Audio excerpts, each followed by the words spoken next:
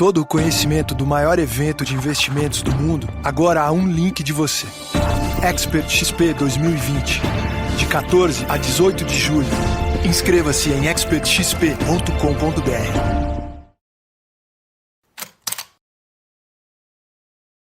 This is wonderful. I was just over in the control room, and we had a grand total of 15 people, John, that were operating this spacecraft. And in the past, we had hundreds. And it landed, and when that digital signal came through, the sky opened up, and it was nice and clear, and the sun was shining.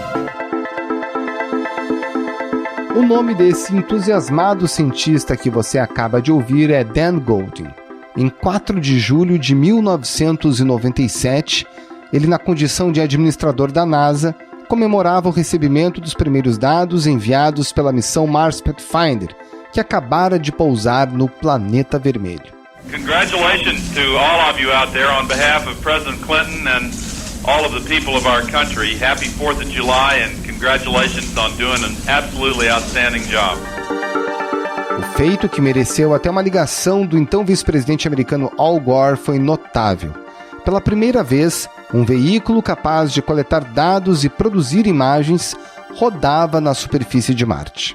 3, 2, 1, main engine start, 0, and liftoff of the Atlas V with Curiosity, seeking clues to the planetary puzzle about life on Mars. De lá para cá, inúmeras missões não tripuladas tiveram Marte como alvo.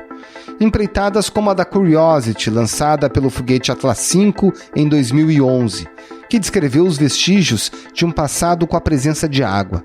A novidade é que agora em julho, China e os Emirados Árabes acompanharão os Estados Unidos em 3 missões próprias, com um intervalo de poucos dias entre cada uma delas. O país do Golfo Pérsico busca mapear a atmosfera e deve lançar o seu modelo no dia 14, a bordo de um foguete japonês. Os americanos farão o mesmo no dia 30, mas com um novo veículo de exploração do solo. Os chineses, na sua primeira missão chamada Perguntas para o Céu, atacarão nas 2 frentes, com 3 módulos, no dia 23. 火星表面地形地貌陌生，2年才有一次发射窗口，这对我们是一次全新的挑战。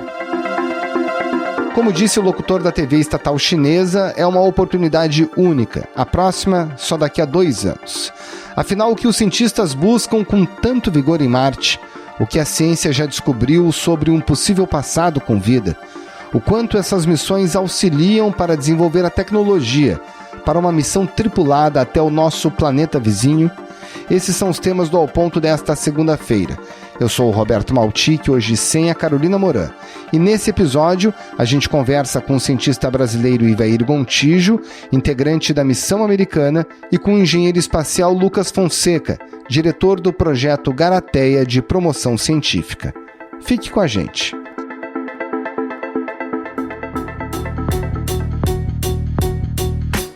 Ivair Gontijo, quais são as condições que levam, tão favoráveis, que levam 3 nações, os Estados Unidos, que já tem uma expertise em Marte, aí Emirados Árabes e a própria China, a lançarem missões não tripuladas praticamente ao mesmo tempo para o planeta vermelho?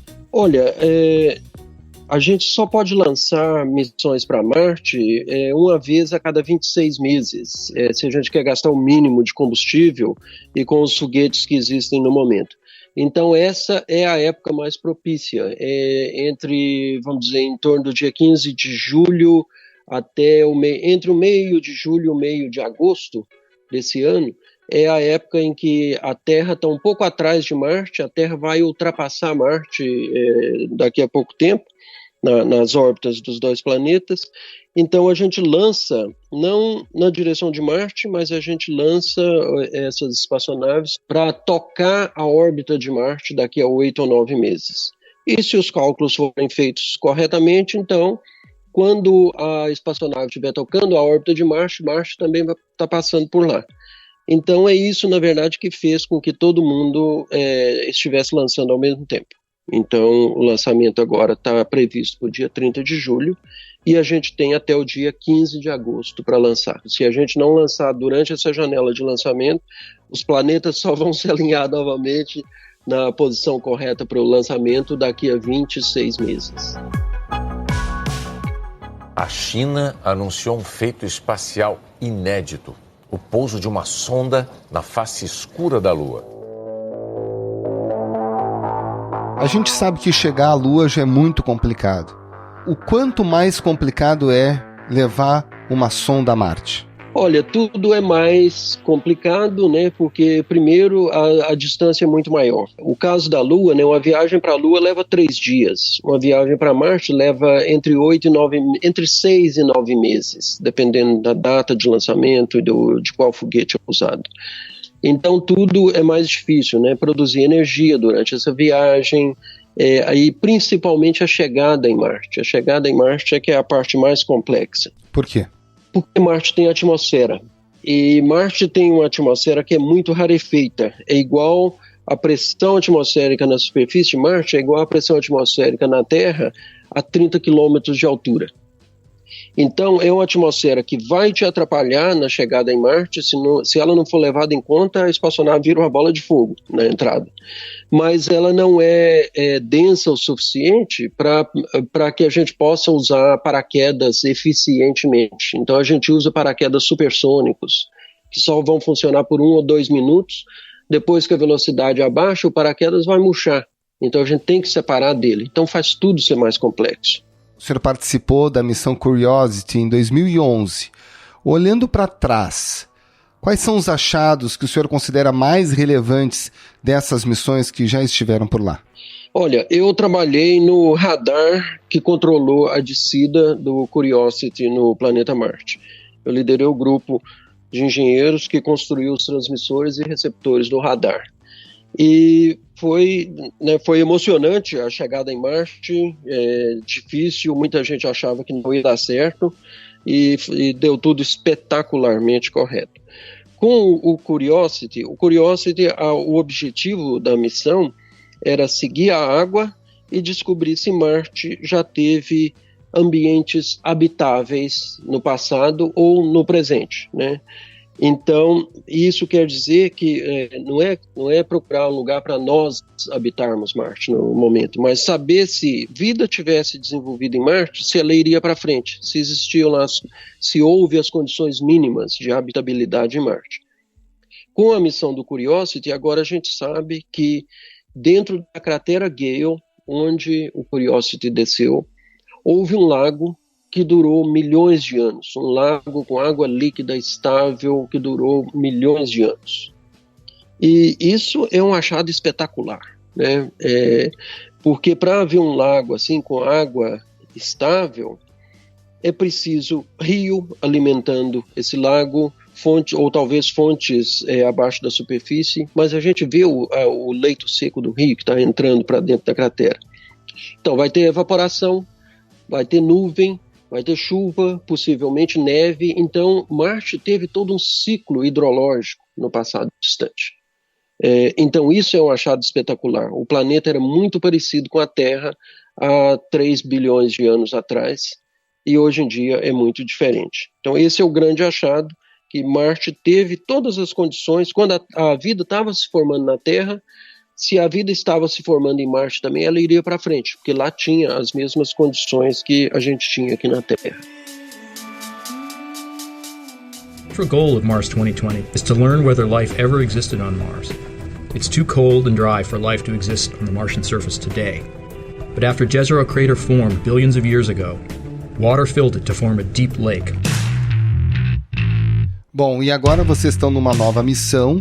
Vocês estão prestes a chegar numa nova cratera, que é a chamada Jezero, e ali tem alguns elementos, né? Tem suspeita de matéria orgânica, é uma cratera muito profunda, suspeita de água no passado, e tudo isso nos leva à possibilidade de já ter tido algum tipo de vida, eventualmente, por lá. É uma busca por informações por esses vestígios ou não? Isso, como eu disse, no caso do Curiosity, a gente estava tentando seguir a água. O objetivo da missão Mars 2020, que nós vamos mandar o veículo Perseverance, que é Perseverança, para Marte, é seguir o carbono dessa vez. Então, a gente vai para uma outra cratera, que é um lugar que nós tivemos que melhorar a tecnologia de pouso para descer num lugar que é bem menor, que tem regiões acidentadas, então a área que é plana, onde a gente pode descer, é bem menor. Mas as fotos de satélite, que a gente tem vários satélites hoje em dia em órbita de Marte, que podem fotografar a superfície de Marte e coletar muitos dados, as fotos que a gente vê dessa cratera são espetaculares. Houve um rio, a gente vê o canal seco do rio entrando para a cratera, e é óbvio que a cratera estava cheia d'água, porque o rio se alarga quando ele vai se aproximando da cratera. Ou seja, né, quando um rio está chegando na foz, ele começa a diminuir a velocidade, ele se alarga. Então isso está tudo claro lá. E o rio também trazia muito material para dentro da cratera, muito barro, muita poeira dissolvida na água, que foi depositando e formou o delta do rio. E esse delta está lá, o delta seco lá do rio, está preservado, é espetacular a foto. Então, isso são rochas sedimentares. Então, nesses lugares, nessas rochas sedimentares, é possível que haja material orgânico genuinamente marciano. Então, a gente quer ir com um veículo parecido com o Curiosity, mas com um conjunto de instrumentos completamente diferente. Nós vamos selecionar, procurar nas rochas sedimentares onde há material orgânico marciano. Quando a gente achar material orgânico, então a gente vai coletar amostras e nós vamos colocar essas amostras nos tubinhos de metal que vão ser deixados na superfície de Marte, para que uma missão futura vá para Marte para coletar essas amostras, botar num pequeno foguete e disparar isso para a órbita marciana, e uma outra parte, então, vai coletar essas amostras da órbita marciana e trazer para a Terra, para a gente fazer estudos aqui.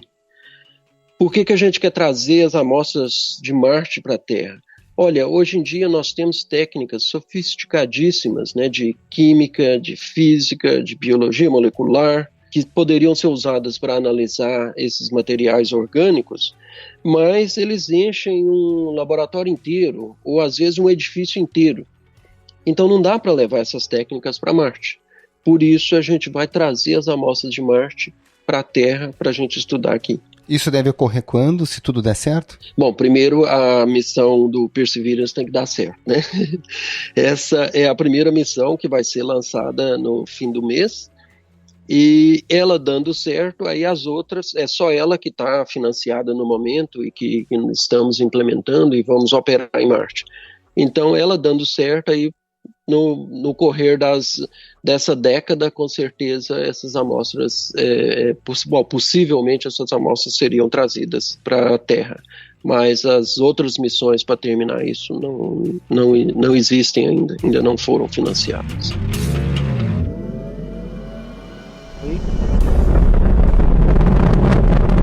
And MSL is now breaking the sound barrier. SRB chamber pressures following the nominal curve. Everything will... Agora, Ivair, como é que fica a emoção do cientista, faltando 25 dias para a data prevista de lançamento, com todo o esforço de anos posto à prova? Muita ansiedade? Fica mais difícil dormir? Existem riscos sempre e existe, claro, uma certa apreensão, mas eu tenho certeza que vai dar tudo certo e o lançamento vai ser um sucesso e a missão vai toda ser um grande sucesso em Marte. Eu trabalhei no instrumento que fica no mastro do veículo, que fica como se fosse a cabeça do veículo. Então, estou esperando ver os primeiros dados chegando de Marte. Isso sim vai ser uma grande emoção, ver o nosso instrumento funcionando em Marte e resolvendo perguntas complexas sobre a evolução do planeta Marte, sobre compostos orgânicos num outro mundo. Então, no momento, eu continuo otimista e sem dificuldade para dormir, apesar do lançamento estar se aproximando rapidamente. Ivair Gontijo, cientista do Laboratório de Propulsão a Jato da NASA, muito obrigado pela sua participação aqui no Ao Ponto e uma ótima semana. Muito obrigado, e eu dou muito mais informações sobre essas missões espaciais e também sobre a minha trajetória, né, do interior do Brasil até o meu trabalho no JPL, na NASA, no livro A Caminho de Marte, que eu escrevi em português e que inclusive ganhou o prêmio Jabuti de livro de ciência do ano passado aí no Brasil. Muito obrigado. Um grande abraço para o senhor. Obrigado. A próxima fronteira espacial, mas a NASA já mandou 19 missões bem-sucedidas para lá.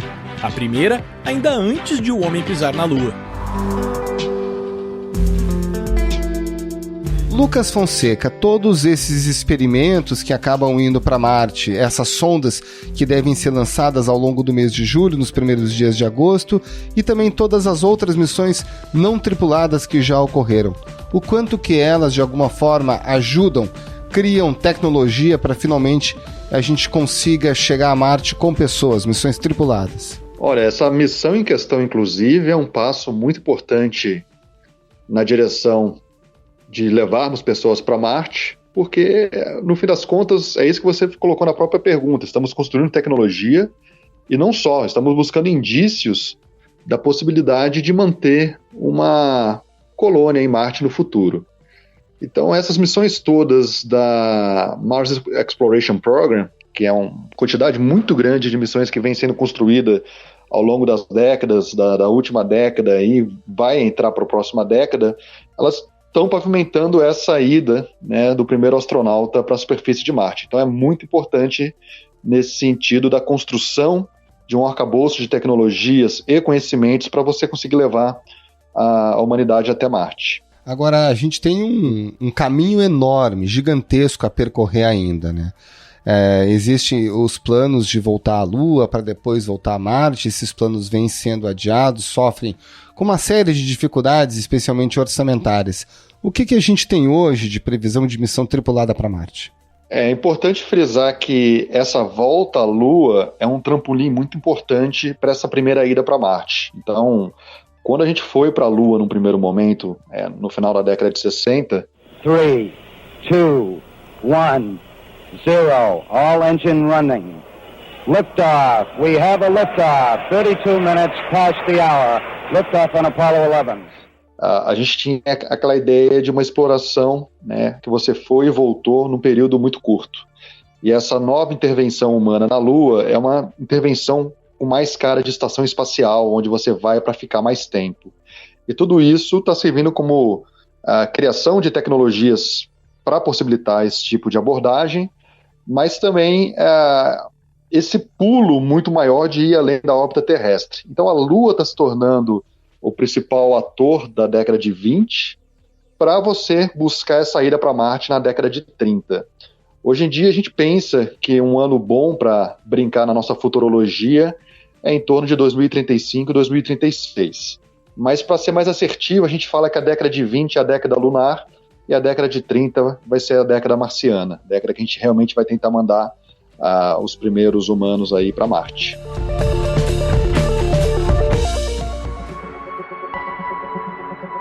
Por que só os Estados Unidos, até o momento, conseguiram esse feito de pousar em Marte, né? A gente tem a Rússia, a China, que já levaram pessoas para o espaço.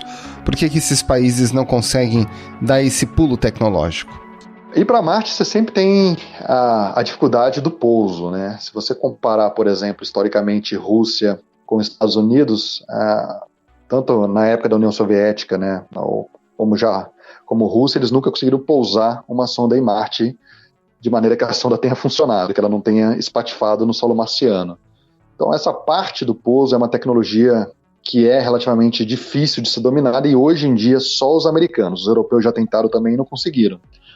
Hoje em dia temos outros países nessa corrida pela essa ida mais plena, né, e mais significativa para Marte, mas ainda só os americanos que conseguiram executar tal feito. Quando você vê os foguetes do Elon Musk decolando na vertical e pousando na vertical, isso de certa forma é uma tecnologia muito importante para se chegar a Marte, porque você está colocando um equipamento inteiro, né, de tamanho colossal na superfície terrestre através de um pouso controlado. Depois de apenas 2 minutos e meio de voo, o maior tanque de combustível já é desacoplado.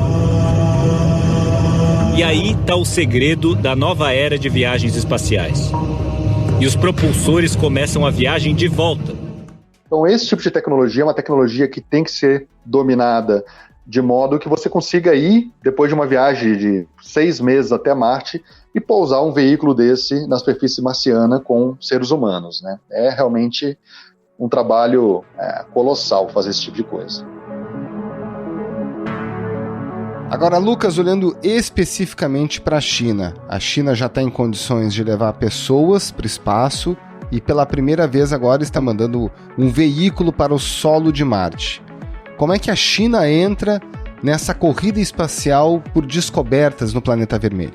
É interessante que a China começou um pouco atrasado em relação aos Estados Unidos e Rússia e está agora se tornando um dos principais players que pretende chegar não só em Marte, mas também colocar o pé cada vez mais na Lua, né? Então a China está entrando com tudo, ela já colocou uma sonda no lado mais distante da Lua, que foi a Chang'e, foi a primeira vez que teve um rover nesse lado mais distante da Lua, e agora está indo para Marte com 3 módulos, né? Então você tem um orbitador, você tem uma sonda que vai realizar um pouso, vai fazer alguns testes de laboratório, e você tem um rover, de fato. Então ela está indo para algo onde os Estados Unidos hoje em dia é o único que consegue realizar, e se ela conseguir também realizar o mesmo feito, ela vai ser o segundo país que conseguiu pousar com sucesso algo em Marte, já com certeza colocando ela como o principal competidor dos Estados Unidos nessa possível primeira viagem de seres humanos até Marte. Eu ainda acredito que os Estados Unidos vai fazer isso antes, até pela conta de que os Estados Unidos está muitos anos na frente da China, mas ela está vindo uma velocidade formidável. O que acontece muito é que o programa chinês não é lá muito aberto, então a gente sabia dessa sonda chinesa desde 2016, que a China pretendia fazer isso, mas só agora em maio a gente teve detalhes do que seria essa missão. Então sempre fica esse véu na frente dessas atividades da China, sem a gente saber de fato o que eles estão planejando. Mas com certeza eles querem competir de pé de igualdade aí para os Estados Unidos. Lucas Fonseca, diretor do projeto Garateia, muito obrigado pela sua participação aqui no Ao Ponto e uma ótima semana. Eu que agradeço, Roberto. Tchau, tchau.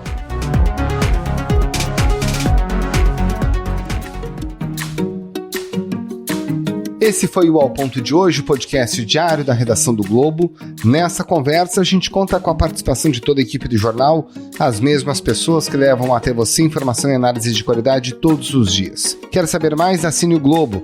Acesse assineoglobo.com.br e confira todas as notícias e reportagens especiais. Lembrando, o material de utilidade pública relacionado ao novo coronavírus está aberto no site também para quem não é assinante. A edição é do João Guilherme Lacerda. Tchau!